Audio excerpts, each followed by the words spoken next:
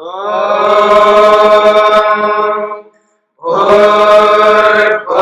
स्वः तत्सवितुर्वरेण्यं भर्गो देवस्य धीमहि धियो यो नः प्रचोदयात्।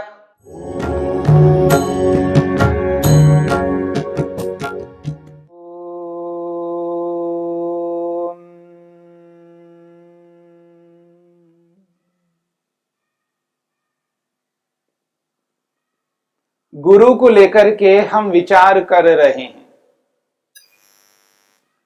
बिना गुरु के किसी भी व्यक्ति का विशेष कल्याण नहीं हो सकता। विशेष सुख को प्राप्त करना हो और विशेष दुख को दूर करना हो, बात पर ध्यान देना, विशेष सुख को प्राप्त करना हो और विशेष दुख को दूर करना हो, उसके लिए गुरु की आवश्यकता है। ये जो कहा जा रहा है, ये जो कहा जाता है कि बिना गुरु के गति नहीं है, इसका यही अभिप्राय है कि गुरु विशेष सुख को प्राप्त कराने वाला होता है, गुरु विशेष दुख को दूर कराने वाला होता है। जो गुरु सिखाता है, जो शिक्षा देता है, उस शिक्षा से मनुष्य विशेष सुख को प्राप्त कर सकता है और विशेष दुख को दूर कर सकता है। विशेष सुख का अर्थ है यहां परम आनंद, ईश्वरीय आनंद, मोक्ष सुख। इस मोक्ष सुख को यदि प्राप्त करना है तो गुरु के माध्यम से ही प्राप्त किया जा सकता, यानी बिना सीखे हम उस विशेष परमानंद को पा नहीं सकते। और बिना सीखे, बिना विद्या को प्राप्त किए विशेष दुख को दूर नहीं कर सकते। जन्म मरण रूपी ये जो दुख है, इस दुख को दूर नहीं कर सकते बिना सीखे। इसलिए अध्यापक आवश्यक है। विद्यार्थी को अध्यापक की आवश्यकता है, उसे सीखना है। और सीखना अलग अलग प्रकार से होता है। साक्षात कोई अध्यापक गुरु हमें सिखा रहा होता है, अथवा किसी अध्यापक ने कोई पुस्तक लिखी है, कोई ग्रंथ लिखा है, उस ग्रंथ को पढ़कर के भी हम सीख सकते हैं। पर यह वो उस स्थिति में होगा जब किसी गुरु ने हमको प्रारंभिक ज्ञान किया हो, कराया हो। जो बेसिक नॉलेज है, जो भूमिका के रूप में जो जानकारी व्यक्ति को होनी चाहिए, वो जानकारी को सीखने के लिए किसी न किसी अध्यापक की आवश्यकता है। यदि भाषा विज्ञान उसको किसी ने नहीं सिखाया,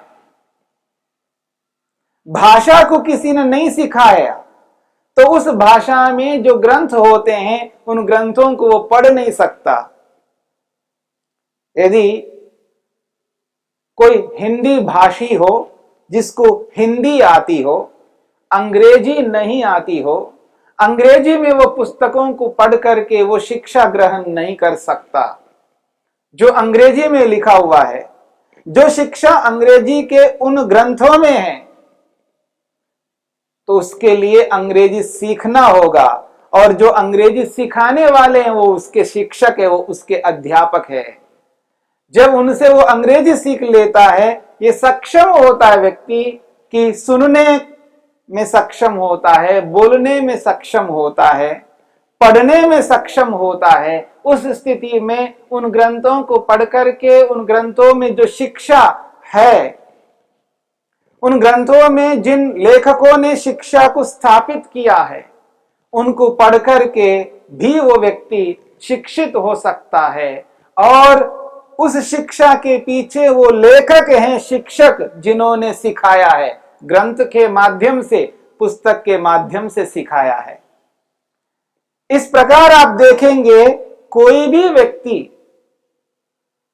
ऐसा नहीं है जो सीखता नहीं है। हाँ, जो जंगलों में बिल्कुल ना सीख करके इस रूप में भील के रूप में रहता हो, जिसने किसी प्रकार की शिक्षा ग्रहण नहीं किया हो, जो नगरों में गांवों में रहकर के जिस रूप में शिक्षा दी जाती है ऐसी शिक्षा को उसने ग्रहण नहीं किया हो, उसकी बात हम नहीं करते हैं। लेकिन जो नगरों में गांवों में रह करके जो लोग शिक्षित होते हैं वो बिना शिक्षक के, बिना अध्यापक के, बिना गुरु के शिक्षित नहीं हो सकते। इसलिए बिना अध्यापक, बिना गुरु के कोई भी व्यक्ति शिक्षित नहीं होता है, कोई भी व्यक्ति समझदार नहीं होता है, उसे सीखना ही होता है। इसलिए सिखाने वाले बहुत लोग हैं, परंतु इन सबको सिखाने वाले यदि कोई संसार में हैं या थे या होंगे तो केवल केवल ईश्वर है। इस बात को समझने का प्रयत्न करना। जब सृष्टि बनी, आदि सृष्टि में यदि किसी ने सिखाया है तो वो केवल केवल ईश्वर ने ही सिखाया है। मनुष्य अपने आप कभी नहीं सीख सकता, उसको सिखाने वाले की आवश्यकता है। और यह सिद्ध है, यह सिद्ध है, बिना सिखाने वाले के मनुष्य नहीं सीख सकता। अगर किसी को लगता है ये अपने आप सीख रहा है तो उसके पास में बेस है, आधार है। किन्हीं शिक्षकों ने उनको वो आधार दिया है, बेस दिया है, उसके आधार पर कुछ और शिक्षा को ग्रहण कर सकता है, परंतु मूल रूप में उसको किसी ने भी सिखाया नहीं है। अगर वो पैदा हुआ है और उसको ऐसे स्थान पर रख दिया हो और उसको बड़ा किया हो और 20-25 साल तक उसको ऐसे ही रख दिया हो, फिर वो बाहर आ जाए, वो सीखा हुआ नहीं रहता है। वो ऐसा ही रहता है जैसे जानवर होता है, और उनको जानवरों में रख करके ही उसको बड़ा किया हो तो समझ लेना वो जानवरों की तरह ही करता है, वो शिक्षित नहीं होता है। इसलिए बिना सिखाया कोई भी व्यक्ति इस संसार में नहीं रह सकता, उसको सिखाना पड़ता है। इसलिए इतने सारे शिक्षक होते हैं और इतने सारे शिक्षकों को गुरु स्वीकार करना चाहिए। उन शिक्षकों को गुरु यदि नहीं स्वीकार करते हैं, ये उनके प्रति हमारा अन्याय, अनुचित, असत्य, अधर्म आचरण कहा जाएगा। परंतु इन सारे शिक्षकों को किसी ने तो सिखाया अवश्य है। उनके पूर्वजों ने सिखाया है, उनको उनके पूर्वजों ने सिखाया है, उनको उनके पूर्वजों ने सिखाया है, उनको उनके पूर्वजों ने सिखाया है। और ऐसा पीछे जाते जाइए तो जब सृष्टि उत्पन्न हुई है, जब इस सृष्टि में सर्वप्रथम मनुष्य आया है, उस मनुष्य को भी किसी ने अवश्य सिखाया होगा और वही ईश्वर है। इसलिए महर्षि वेदव्यास कहते हैं परमात्मा गुरुओं का भी गुरु है। यथा अस्य सर्गस्य आदौ, यथा अस्य सर्गस्य आदौ प्रकर्षगत्या सिद्धः तथा अतिक्रांत सर्गेषु अपि प्रत्येतव्यः। महर्षि वेदव्यास कहते हैं जिस प्रकार से इस सृष्टि की आदि में, इस सृष्टि के आदि में जिस प्रकार परमपिता परमेश्वर सिद्ध थे, प्रकृष्ट थे, उत्कृष्ट थे, ईश्वरत्व को लिए हुए हैं, ईश्वरत्व को लिए हुए थे, परम पुरुष थे, पुरुष विशेष थे और सर्वज्ञ थे, और उसी सर्वज्ञ परमपिता परमात्मा ने सृष्टि की रचना की है। यथा अस्य सर्गस्य आदौ, इस सृष्टि के आदि में प्रकर्षगत्या सिद्धा, उत्कृष्ट रूप में परमेश्वर सिद्ध थे, तथा अतिक्रांत सर्गेषु अपि प्रत्येतव्यः, उसी प्रकार आगे आने वाली सृष्टियों में भी ऐसे ही ईश्वर को स्वीकार करना है। जैसे पहले प्रसिद्ध था ऐसे भविष्य में भी प्रसिद्ध रहेगा, वर्तमान में भी प्रसिद्ध है। ऐसे ईश्वर को गुरुओं के गुरु, परम गुरु हमें स्वीकार करना है। शिक्षा का आदि मूल परमेश्वर है, ईश्वर है। विद्या का आदि मूल परमेश्वर है। आज इस दुनिया में जितने भी प्रकार की विद्याएं हैं, अलग अलग प्रकार की विद्याएं हैं, उन सब का आदि मूल परमपिता परमेश्वर है। इसलिए उनको गुरुओं का भी गुरु, परम गुरु स्वीकार करना है। इसी बात को संकेत करते हैं महर्षि पतंजलि ने। इसी बात को संकेत किया है महर्षि पतंजलि ने, महर्षि वेदव्यास ने। स एष पूर्वेशामपि गुरु कालेन अनवच्छेदात्। इस बात को समझने का प्रयत्न करना। ये जो गुरु शब्द है, जो लोक में गुरु कहा जाता है, आखिर गुरु को गुरु क्यों कहा जाता है? इस गुरु शब्द का अर्थ क्या है? क्योंकि यह संस्कृत शब्द है गुरु, तो संस्कृत ही इस शब्द के अर्थ को बताएगा। इस बात को समझने का प्रयत्न करना है। ये गुरु शब्द संस्कृत का है और संस्कृत ही इसको स्पष्ट करने वाला है, याद रखना। तो गुरु को गुरु क्यों कहा जाता है, यह व्याकरण बताएगा, संस्कृत ग्रामर बताएगा कि गुरु को गुरु क्यों कहते हैं। और महर्षि दयानंद सरस्वती जी ने व्याकरण के अंतर्गत एक बात कही है। जब गुरु शब्द आया है तो उस गुरु शब्द की व्याख्या की है। वो कहते हैं यो धर्म्यान शब्दान गृणाति उपदिशति स गुरु। महर्षि स्वामी दयानंद सरस्वती जी लिखते हैं, वो कहते हैं गुरु को गुरु क्यों कहते हैं? वो कहते हैं यो धर्म्यान शब्दान गृणाति उपदिशति स गुरु। गुरु शब्द में गृह शब्द मूल धातु है। संस्कृत में प्रत्येक शब्द के लिए कोई ना कोई मूल प्रकृति धातु के रूप में होता है। तो यहां गुरु शब्द में भी मूल एक शब्द है, धातु है, जिससे गुरु शब्द बन जाता है। गृह शब्द ये मूल धातु है। इसका अर्थ है बताना, समझाना। शब्दों के माध्यम से बताने को, समझाने को गुरु कहते हैं। इसलिए इसकी परिभाषा स्वामी दयानंद सरस्वती जी ने की है। वो कहते हैं यो धर्म्यान शब्दान गृणाति उपदिशति स गुरु। जो धर्मयुक्त, न्याययुक्त, सत्ययुक्त शब्दों को गृणाति अर्थात उपदिशति स गुरु। जो धर्मयुक्त यानी न्याययुक्त, धर्म का अर्थ है न्याय, न्याय का अर्थ है सत्य। धर्म कहो, न्याय कहो और सत्य कहो, ये तीनों पर्यायवाची शब्द है। धर्म का अर्थ मत संप्रदाय नहीं होता है।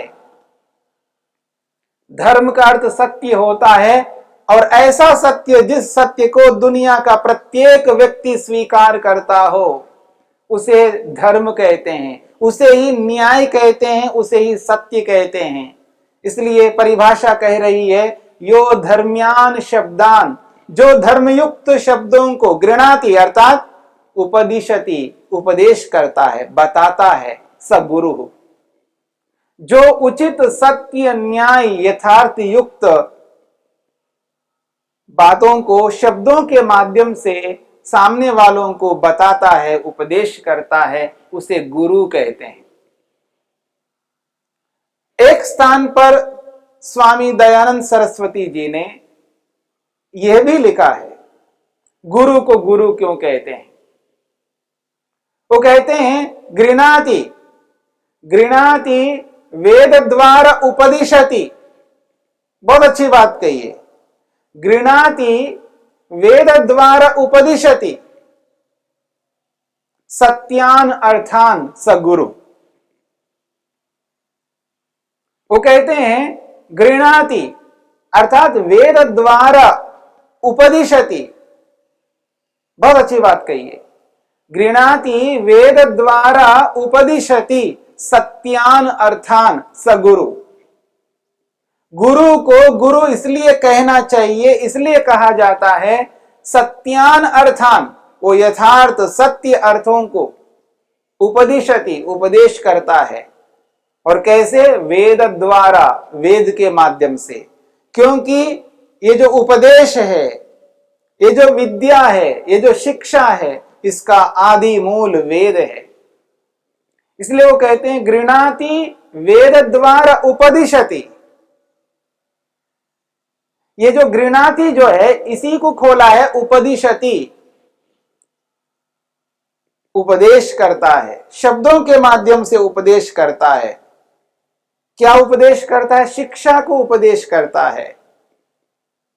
कैसे रहना, कैसे चलना, कैसे बोलना, कैसे देखना, संसार में रहने के लिए मनुष्य को क्या क्या आवश्यक है, इन सब का जो उपदेश है, इन सब की जो शिक्षा है, उसको जो बताने वाला होता है, जो समझाने वाला होता है, उसको गुरु कहते हैं।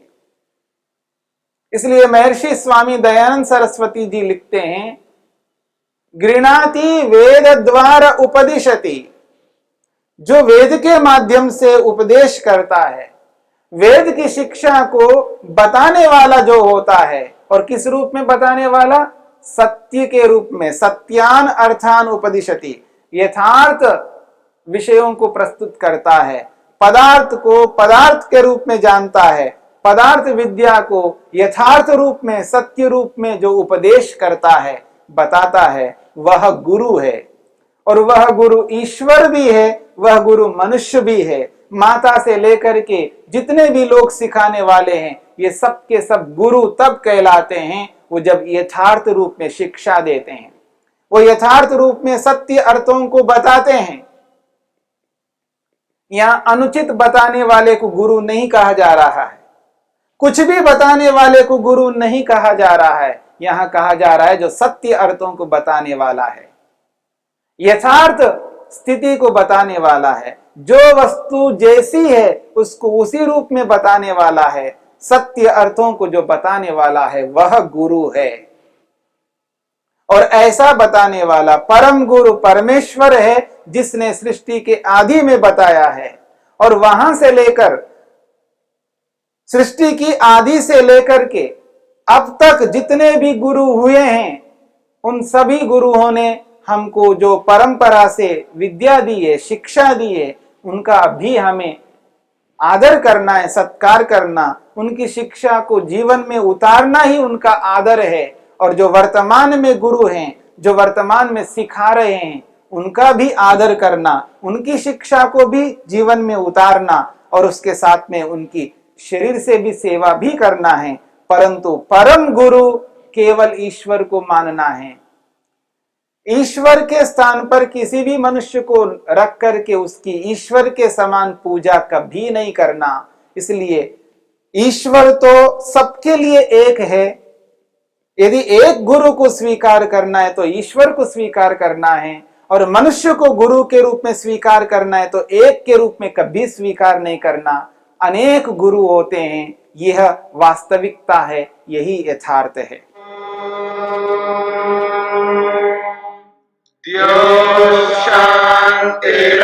शांतिरंतरिक्षं शांति पृथिवी शांतिरापः शांतिरोषधयः